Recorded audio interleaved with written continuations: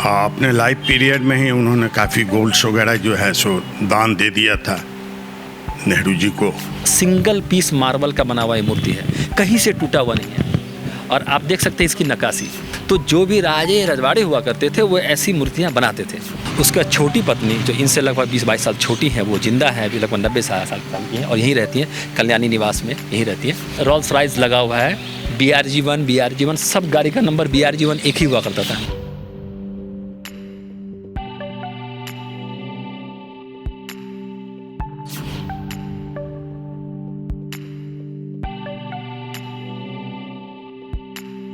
महाराजा कामेश्वर सिंह संविधान सभा के भी सदस्य थे।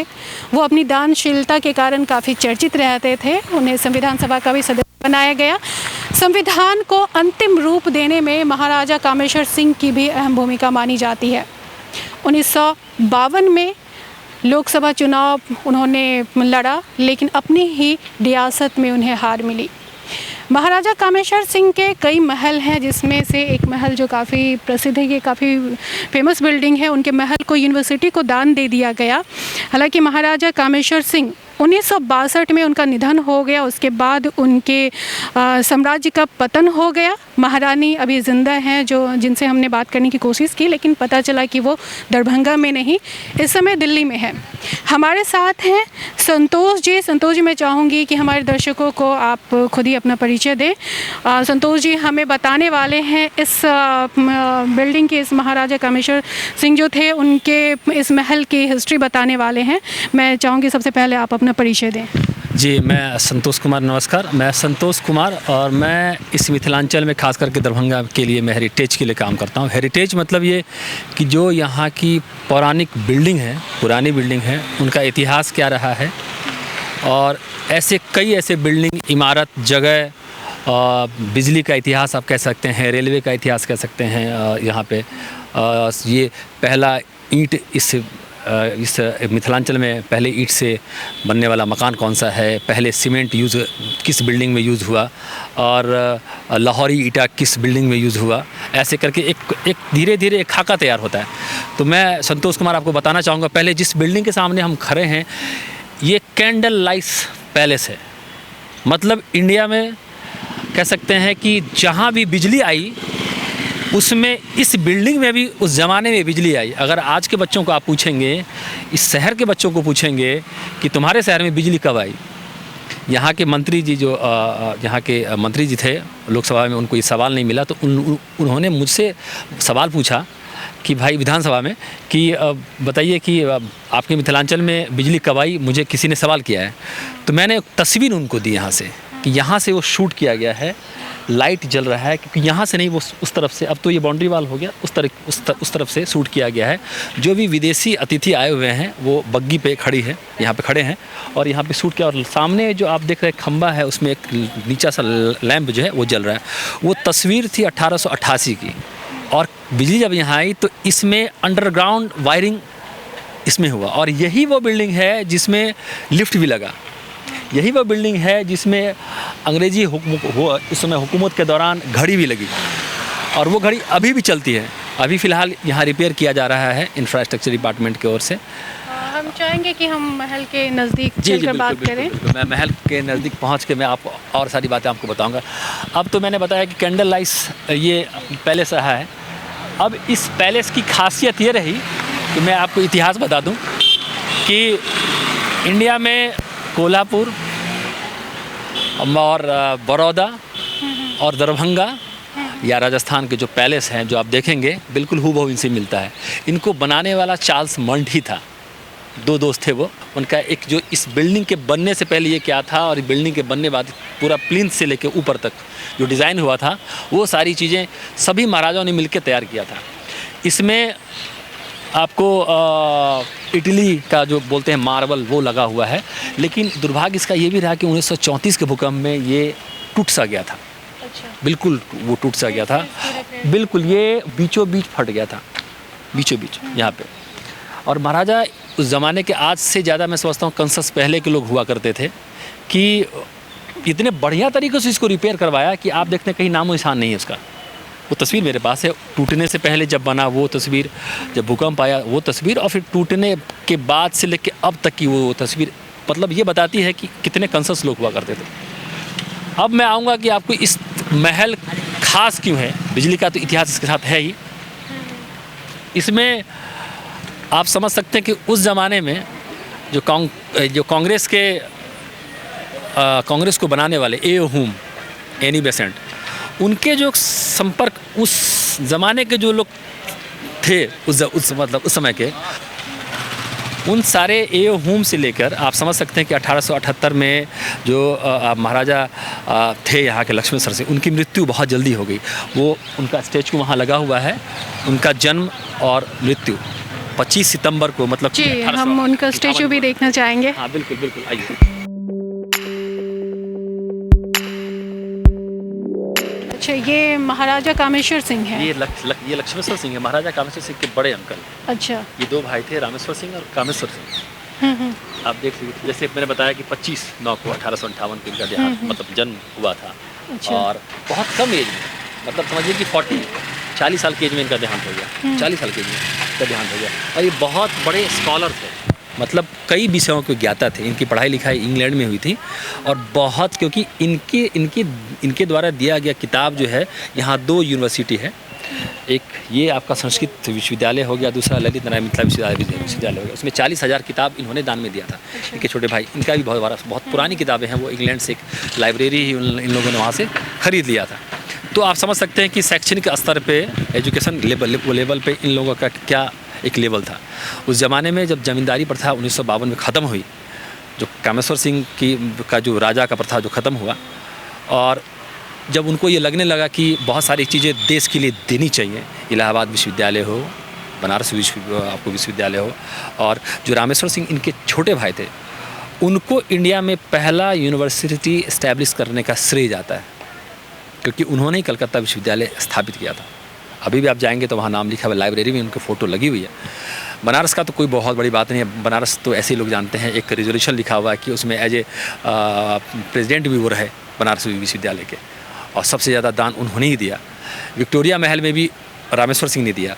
मैं इन पे आता हूँ तो ये बहुत बड़े स्कॉलर रहे, और 40 साल में ही इनकी मृत्यु हुई। ये मूर्ति जो है ये इंग्लैंड से आई, एकास सिंगल पीस मार्बल का बना हुआ ये मूर्ति है, कहीं से टूटा हुआ नहीं है।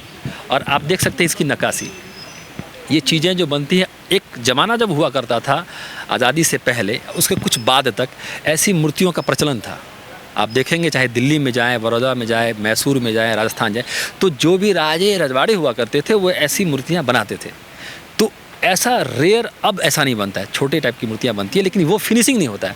तो इनके जो भतीजा कामेश्वर सिंह थे, उन्होंने यहाँ पे उनका मूर्ति एस्टेब्लिश किया, क्योंकि इस महल का नाम लक्ष्मीश्वर विलास पैलेस है, और इसमें एक दरबार हॉल है जिसमें राजा बैठते थे, अपनी जनता की बात सुना करते थे। और यही वो महल है कि महामना मदन मोहन मालवीय, वो तस्वीर मेरे पास है, कि यहाँ पे आए थे, उनका स्वागत हुआ था, और कहते हैं कि वाद विवाद हुआ था, जो बहुत बड़े बड़े दूर से विद्वान आए थे। गेस्ट हाउस है जिसमें गांधी जी भी आते ठहरे थे। वो भी guest house, European guest house है, अब उसको गांधीशाला बोलते हैं, गांधी अतिथिशाला बोलते हैं। 2 दिन जब महात्मा गांधी आए थे भूकंप में, तो यहाँ रुके थे वो। तो महात्मा गांधी जब आए थे, महात्मा गांधी वैसे दरभंगा में 4 बार आए, 1928 से लेकर 1934 तक, और मेरे ख्याल से 42 में भी आए थे। तो 4 बार उनका आना जाना है। दो बार उनकी तस्वीर ऐसी लगी, जो उनका 34 में जो आए वो तस्वीर, वहाँ पर उनका स्वागत किया गया था, तो आए। तो ये सबसे पुराना महल इनका हुआ। इनके महल बनने के बाद, ये महल बनने के बाद ठीक उस तरफ छत्र निवास हुआ करता था। छत्र सिंह एक सीरीज़ है, छत्र सिंह के बाद महेश्वर सिंह के 2 पुत्र हुए, लक्ष्मेश्वर सिंह 2 भाई, रामेश्वर सिंह के 2 पुत्र हुए, कामेश्वर सिंह, विशेश्वर सिंह वही है जो संतोष ट्रॉफी अब इंडिया में उसके पहले प्रेसिडेंट वही हुआ करते थे। बहुत जल्दी उनका 1959 में उनका देहांत हो गया। महाराजा कामेश्वर सिंह के निधन के बाद उनके साम्राज्य का पतन हो गया। जी, उनकी 3 पत्नियाँ थी। देखिए, होता है कि कोई चीज़ें अगर बर्बाद होती है तो उसको बर्बाद करने वाला कोई साम्राज्य या राज्य या कोई पार्टी तभी बर्बाद होती है जब आपके घर के अंदर में कौतूहल का विषय बन जाए। राजा कामेश्वर सिंह बहुत अच्छे। उसकी एक वजह ये भी है कि महाराजा कामेश्वर सिंह ने अपना उत्तराधिकारी घोषित नहीं किया। किसी को भी। उन्होंने अपना उत्तराधिकारी घोषित किया था बतौर जो जीवेश्वर सिंह, जो आपको रामेश्वर सिंह के मतलब छोटे बेटे विशेश्वर सिंह के जो पुत्र थे, तो उनको उन्होंने घोषित किया था। लेकिन क्या है कि जब परिवार बहुत बड़ा हो जाता है तो गहमा गहमी सी स्थिति वो बन जाती है। वो भी 4 भाई थे, तो वो ऐसी स्थिति में इतने वो बिजी रह गए अपने पार्टी को लेके और अपने इस मिथिलांचल को लेके कि ऐसी चीज़ें उनको सोचने का टाइम नहीं मिला। और उनकी जो मृत्यु हुई 1962 में, तो बहुत सारी चीज़ें आधी अधूरी वो छोड़ के यहाँ से निकल गए। इससे पहले उनके भाई का देहांत 1959 में हो चुका था। बाद में जो राजकुमार बचे, वो बहुत सारे राजकुमार ऐसे थे जिनकी पढ़ाई इंग्लैंड में हो रही थी, जिनकी पढ़ाई दिल्ली में हो रही थी, एयरफोर्स स्टेशन में हो रही थी। तो उन सब चीज़ों को, इन सब चीज़ों के बारे में जानकारी नहीं मिली। और यही हुआ कि उनके जो नौकरशाही प्रथा जो है हावी हो गया,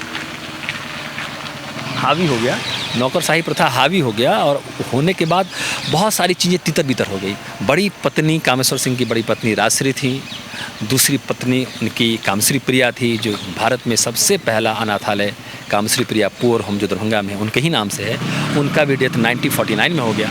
उसका छोटी पत्नी जो इनसे लगभग 20-22 साल छोटी है, वो जिंदा है, अभी लगभग 90 साल की हैं और यहीं रहती हैं, कल्याणी निवास में यहीं रहती हैं। तो ये सब चीज़ें संभालने में समझ से बहुत सारी चीज़ें कलकत्ता से लेके इंग्लैंड, राजस्थान, शिमला, बहुत सारी चीज़ें उनको बिखरी हुई थी जिनको समेटना मुश्किल हुआ। और यही कारण है कि कोई अस्थाई जो कहते हैं कुमार इस सब चीज़ को संभाल नहीं पाया और इसका पतन हो गया।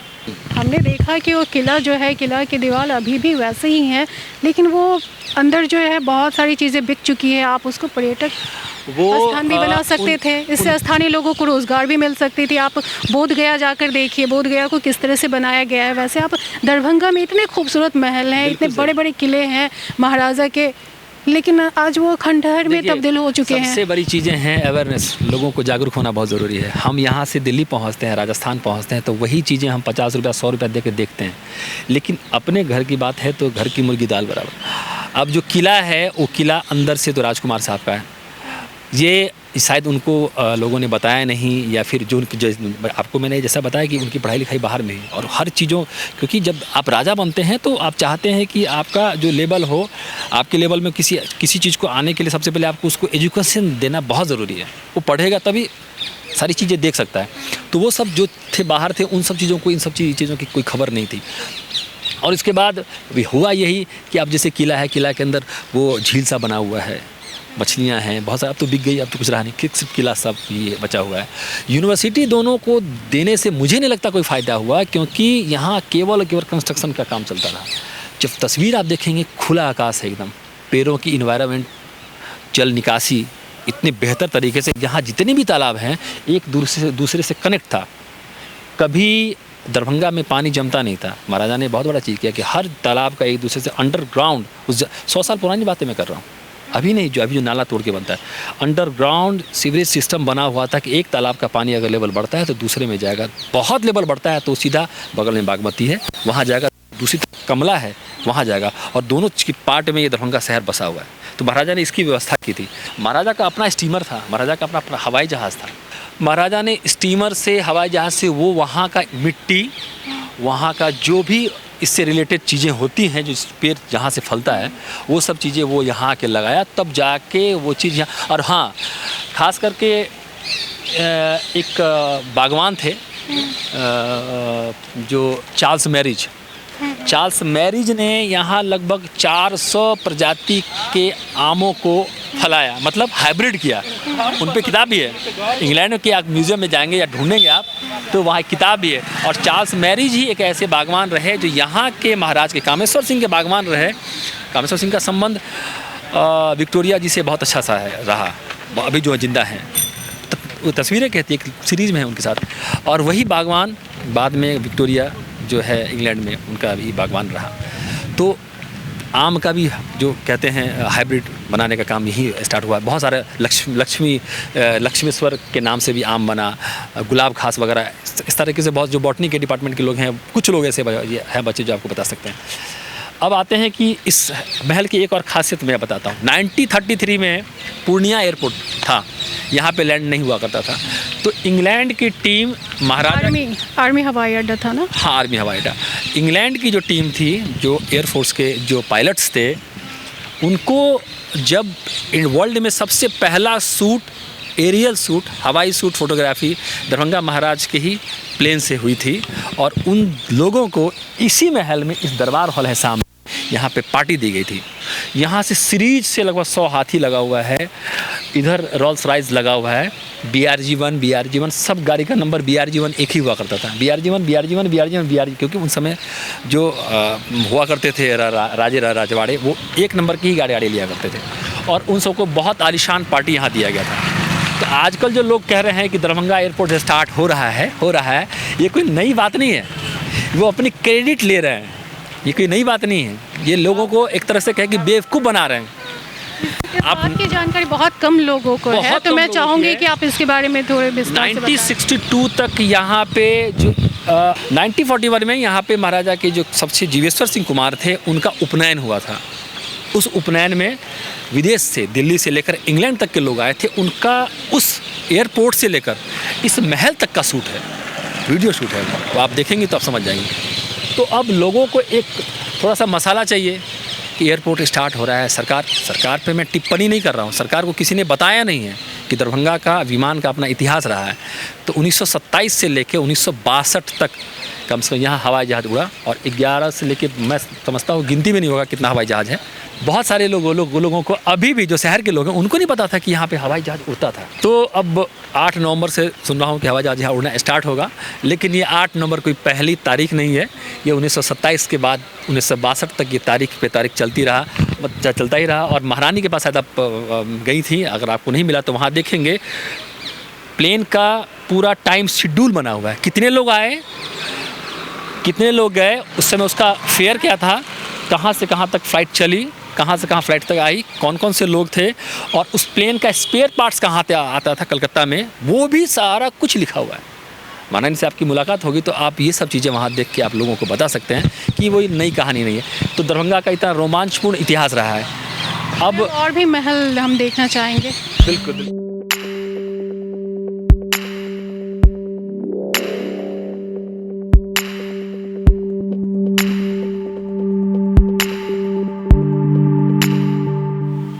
इससे पहले यहाँ छत्र निवास हुआ करता था, छत्र सिंह के नाम पे छत्र निवास था। तो छत्र निवास 1934 में जो भूकंप आया था, बिहार को बहुत ज़्यादा हानि हुई थी, खास करके मिथिलांचल के ये क्षेत्र में।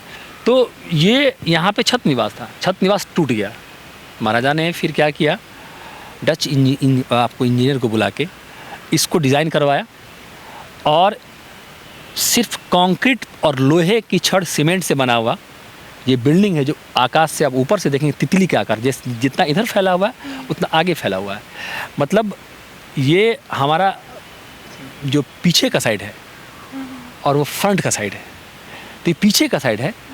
और इस बिल्डिंग का इतिहास यही रहा है कि भारत में अगर किसी बिल्डिंग में अगर आपको एयर कंडीशन लगा होगा तो इसमें भी लगा होगा, इसमें है। और एक पार्ट इसका जो हम लोगों ने म्यूज़ियम बना दिया है, उसमें एयर कंडीशन, महाराजा का बेड, हाथी और शेर, सारा कुछ किताबें हैं, कुछ जिसको हम लोगों ने अभी सहेजा है, बनाया है उसको। यहाँ पे इंदिरा गांधी भी आई हुई थी, राजेंद्र प्रसाद भी आ चुके हैं, जिसकी तस्वीर आपने अभी दिखाई। हम चाहेंगे कि वो हमारे ऑडियंस भी देखें।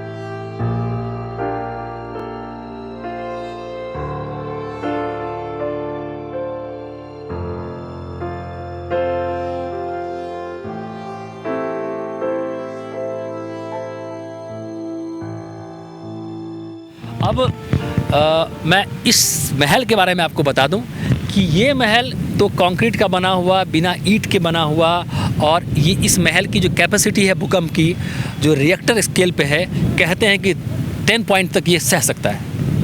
ये इतना मजबूत है ये, क्योंकि 1934 के बाद कई बार भूकंप आया और कहीं भी कुछ इसको नहीं हो पाया। इस महल के बारे में आपने बताया, हमारे पीछे हम जहाँ खड़े हैं, हमारे पीछे झील भी है, इस झील के बारे में भी हम जानना चाहेंगे। ये हर रजवाड़े का एक अपना स्टाइल होता है कि अपने कैंपस में, ये पहला ऐसा कैंपस है या एक बिहार का जिसमें ट्रेन भी आता था, जो मैंने बताया आपको, नरगौना टर्मिनल पहला कैंपस है। और तालाब का ये पैनोरामा, तालाब का जो नियम यही कहता है कि तालाब के कोने पे, जिसको देहाती लैंग्वेज भिंडा बोलते हैं, उसके किनारे पे पेड़ लगा हो। आजकल लोग तालाब के किनारे मकान बनाते हैं और टॉयलेट का पाइप जो है तालाब की तरफ घुमा देते हैं। ये आप देखिए कि पर्यावरण के दृष्टिकोण से महाराजा ने हर तालाब के चारों तरफ आम का पेड़ लगाया, नीम का पेड़ लगाया, पीपल का पेड़ लगाया, बरगद का पेड़ लगाया और बहुत सारी ऐसी चीज़ें हैं। तो उनको ये लगा कि कम से कम ये महल इस मौसम में जहाँ स्वच्छ पानी का जो आवागमन होता है वहाँ रोग काफ़ी दूर होता है। तो पेड़, पीपल, बरगद और तालाब। बहुत ही कम समय में यहाँ की हिस्ट्री को बताना ये तो बहुत ही मुश्किल बहुत है। मुश्किल। हम फिर अपने ऑडियंस को दिखाएंगे, आप से स्पेशल हम उनसे बातचीत कराएंगे, आपका रूबरू करवाएंगे अपने ऑडियंस से। हम चलते हैं अब महाराजा के परिजनों से मिलने के लिए।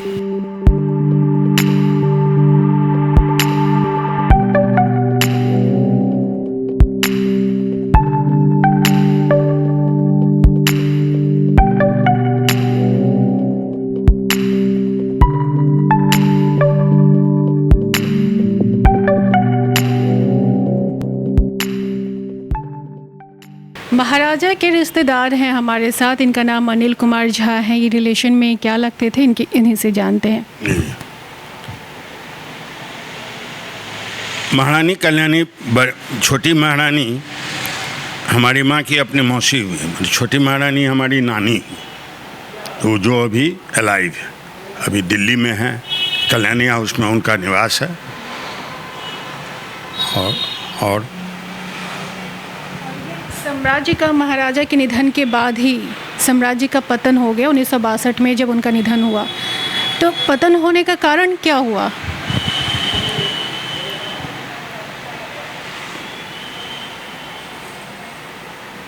वारिस नहीं होने से उनका कोई इशू नहीं था। जो उनके कज़न भतीजे वगैरह थे, सुरेश्वर सिंह, 3 भाई थे,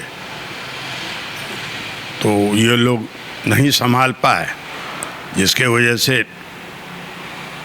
ट्रस्ट कलकत्ता हाई कोर्ट में केस चला। लक्ष्मीकांत झा उसके ये हुए कोर्ट। किस वजह से केस चला? कोई वारिस नहीं हो, जैसे कोई देखने वाला था नहीं। अपने लाइफ पीरियड में ही उन्होंने काफ़ी गोल्ड्स वगैरह जो है सो दान दे दिया था नेहरू जी को, तो कोई संभालने वाला रहा नहीं, उनका डेथ हो गया। कोई इशू नहीं होने से ग्रेजुअली फैमिली मेंबर्स में सब प्रॉपर्टी बट गया कलकत्ता हाई कोर्ट के ऑर्डर से, वही हुआ। यहाँ जो हम लोगों ने यूनिवर्सिटी की हालत देखी, यहाँ जो किला है उसकी हालत देखी, इसका मेंटेनेंस नहीं हो पाया। आप लोगों ने कभी इसके लिए आवाज़ नहीं उठाई? ये तो एक धरोहर है ना, महाराजा की निशानी है। दरभंगा महाराज का नाम काफ़ी प्रसिद्ध है मिथिलांचल के लिए तो खासकर, तो इसको सहेजने के लिए आप लोगों ने कभी आवाज़ नहीं उठाई? मेन जो हेड ऑफिस वगैरह था गवर्नमेंट ने ले लिया, यूनिवर्सिटी को उन्होंने दान दे दिया, और नरगोना पैलेस, नरगोना पीजी को दान दे दिया गया। जगन्नाथ मिश्रा, ललित नारायण मिश्रा, इन्होंने उस टाइम में गवर्नमेंट में ये लोग पावरफुल थे, तो दान के रूप में इन्होंने सब राज से प्रॉपर्टी ले लिया राज के नाम पर। गवर्नमेंट भी ध्यान नहीं दे रही है, ये जो स्थिति हो गई है। यूनिवर्सिटी को दे दिया है, यूनिवर्सिटी अब डेवलप कर रही है। अब अभी राजा दरभंगा के अंडर अभी रामबाग पैलेस का रामबाग पैलेस ही सिर्फ बचा है, जो वहाँ जो है जो मेन भगवान या भगवती हम लोग जिनको कहते हैं माँ, तो उनका गोसाउनी घर कहते हैं, मैथिली में उसको गोसाउन घर, जहाँ उनका जन्म हुआ था महाराजा का, तो वो एक मंदिरों का ट्रस्ट की ऑफिस है। और यूनिवर्सिटी में भी कुछ पोर्शन में जो है अभी दरभंगा राज का ही ऑफिस है, पुराने पेपर्स वगैरह सब है। तो इसी तरह सब अस्त व्यस्त हो गया, कोई देखने वाला नहीं है, और सब बेचने के पीछे लग गए, टोटल प्रॉपर्टी बिक गया। यही इसलिए वारिस नहीं होने की वजह से, हाँ, वारिस नहीं होने की वजह से ये सब हुआ। इंडियन नेशन इतना बड़ा धरोहर पटना का, वो भी चला गया। कोई उसको बचा नहीं सका, उसके कर्मचारियों को भी पैसा नहीं मिला, गलत लोगों के में दे दिया गया। जो कामेश्वर वो इंटरनेशनल जो है कामेश्वर, वहाँ भी सब बिक गया, सब जैसे तैसे सब बिक गया। सब जगह का प्रॉपर्टी ऑलमोस्ट, रांची का भी प्रॉपर्टी बिक गया, कलकत्ता का भी प्रॉपर्टी बिक गया, बनारस का भी बिक गया। यहाँ अब तो सब प्रॉपर्टी बिक ही गया। और तो कुछ अब यहाँ कोई मंदिर ट्रस्ट है, कुछ ट्रस्ट का कुछ ज़मीन पोखरा वगैरह मंदिर 100-200 से ऊपर मंदिर टेम्पल्स हैं, उसकी ट्रस्ट है, जिसकी ट्रस्टी महारानी देखती हैं। काफ़ी प्रॉपर्टी है मंदिरों के अंदर भी, अभी भी काफ़ी प्रॉपर्टी है, उसको भी सहेजा जाए। अब जैसे आप देखिए ये श्यामा मंदिर, ये सब ट्रस्ट की प्रॉपर्टी थी, तो वहाँ इतना आमदनी हो गया तो श्यामा मंदिर को गवर्नमेंट ने टेक ओवर कर दिया। और रेस्ट वैसे सब महाराजा की प्रॉपर्टी है। वहाँ शमशान घाट है, वहीं जलाया जाता है सभी फैमिली मेम्बर्स को। तो कमज़ोर होने से गवर्नमेंट ने सबको आस्ते आस्ते टेक ओवर कर लिया। महारानी अभी छोटी महारानी जो है वो अभी जीवित हैं, तो क्या उनकी देख रेख के लिए कभी सरकार ने कभी उनकी खोज खबर ली? नहीं, सरकार ने कभी खोज खबर नहीं ली। अब तो उनका एज करीब 87-88 हो गया है। काफ़ी एज हो जाने से वो कुछ कर नहीं पा रही हैं। महाराजा के फैमिली से कितने लोग हैं अभी? अब बड़े कुमार थे यहाँ, राजा बहादुर उनके छोटे भाई थे। पोस्टल ट्रेनिंग सेंटर में जो अभी बेला पैलेस था उसमें रहते, उनके 3 लड़के थे। बड़े लड़के की 7 बेटियां, वो लोग हैं, और एक भतीजा भी है। और सुबेश्वर सिंह थे सबसे छोटे, उनके 2 इशू हैं, एक अमेरिका में है, वो कपिलेश्वर सिंह है। अब मेन वही इधर देखता है, महारानी के अलावा कपिलेश्वर सिंह नाम है, कुमार सुबेश्वर सिंह के वो देखता है। वो दिल्ली रहते हैं, यहाँ रहते हैं, रामबाग का आप प्रॉपर्टी वही देखते हैं। सब बेच के खा रहे हैं और कुछ नहीं, कोई डेवलपमेंट नहीं।